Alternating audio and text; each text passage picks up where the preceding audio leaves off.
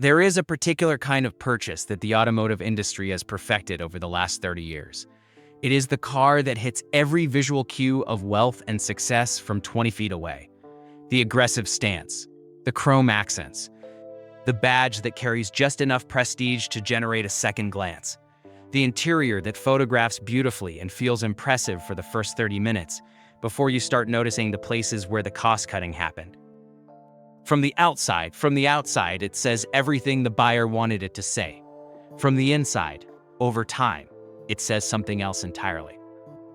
The automotive market is full of vehicles that have been engineered primarily around the appearance of value, rather than the reality of it. Cars that cost significant money to buy, cost even more to own, and deliver an experience that sophisticated buyers learn, usually after owning one, to recognize as the most expensive form of compromise available. Today, we are naming them. Specifically, with the numbers to back it up. What makes a car not worth it? A definition. Before we get into the specific vehicles, it is worth establishing what not worth it actually means in this context, because the phrase gets used loosely and deserves precision.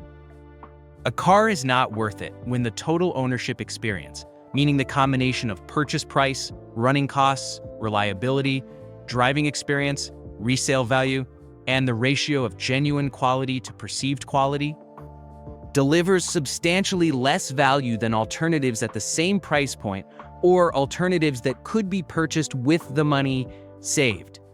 Worth it is not about absolute price.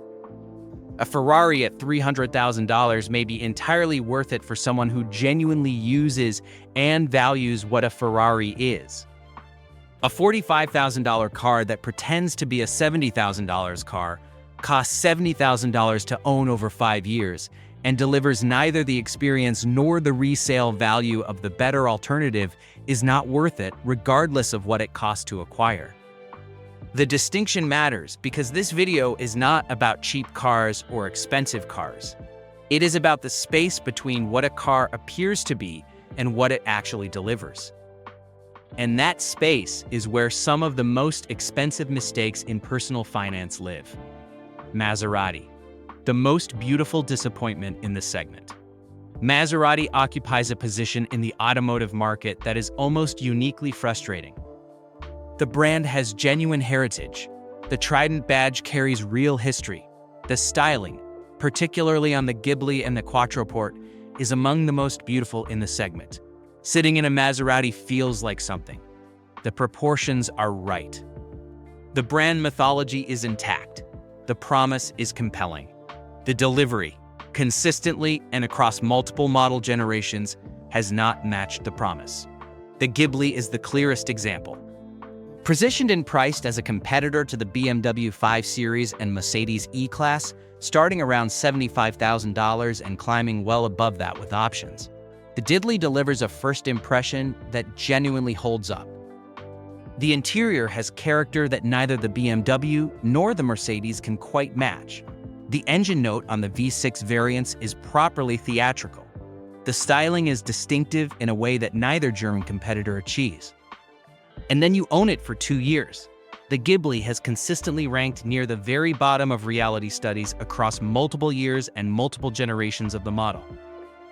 Electrical issues, transmission faults, and build quality inconsistencies that would be unacceptable in a $35,000 mainstream vehicle are documented at rates that make the $75,000 purchase price feel genuinely indefensible when they appear. Annual maintenance costs average above $1,200, higher than BMW, higher than Mercedes, significantly higher than the Lexus ES, which competes in the same price bracket and delivers dramatically more dependable ownership.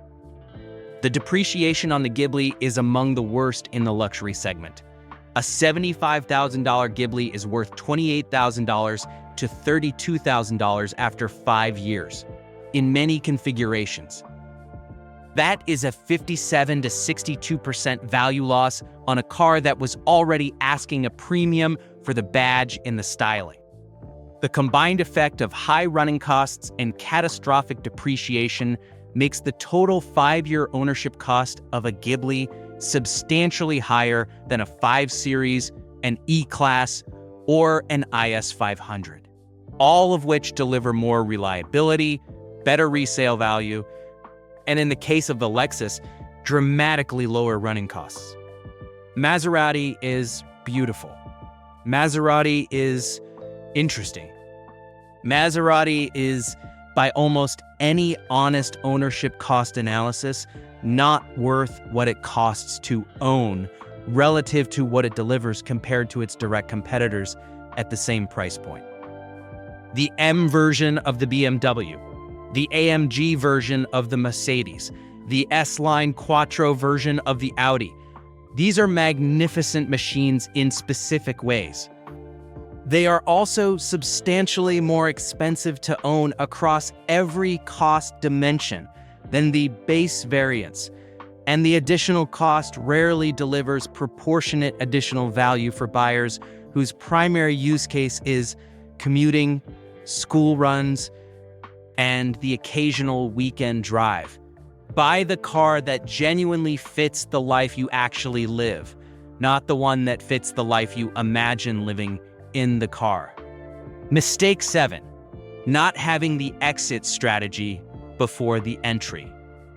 The final mistake is the one that compounds every other mistake on this list, and the one that almost no buyer thinks about in the showroom. What is your exit? When are you planning to sell or trade this car?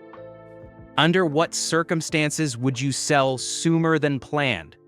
What condition will it need to be in to achieve the resale value you are counting on? What maintenance and service investment does maintaining that condition require? And what does the resale value at your intended exit point do to the total ownership cost calculation?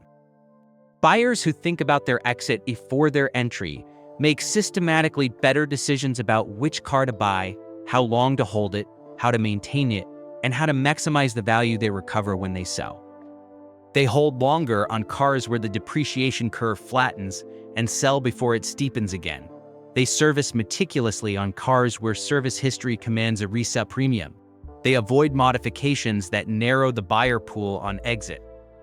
Buyers who do not think about the exit until they are ready to sell discover the exit terms at the worst possible time, when they have no ability to influence them, and when the car's condition, mileage, and service history have already determined what the market will pay, regardless of what they need it to pay. The best luxury car purchase is not the one that generates the best feeling in the showroom. It is the one that generates the best outcome across the full arc of the ownership experience, from the moment you sign to the moment you hand over the keys for the last time. That outcome is available to every buyer who does the work to understand it, before the emotional pull of the car makes the work feel unnecessary. Subscribe, because this series exists to do exactly that work with you. Drop your biggest luxury car mistake in the comments. The most common answers are going to shape the next video in this series. And share this with someone who is currently in a showroom making a decision they have not fully thought through yet. That share might be the most valuable thing you do for them this year.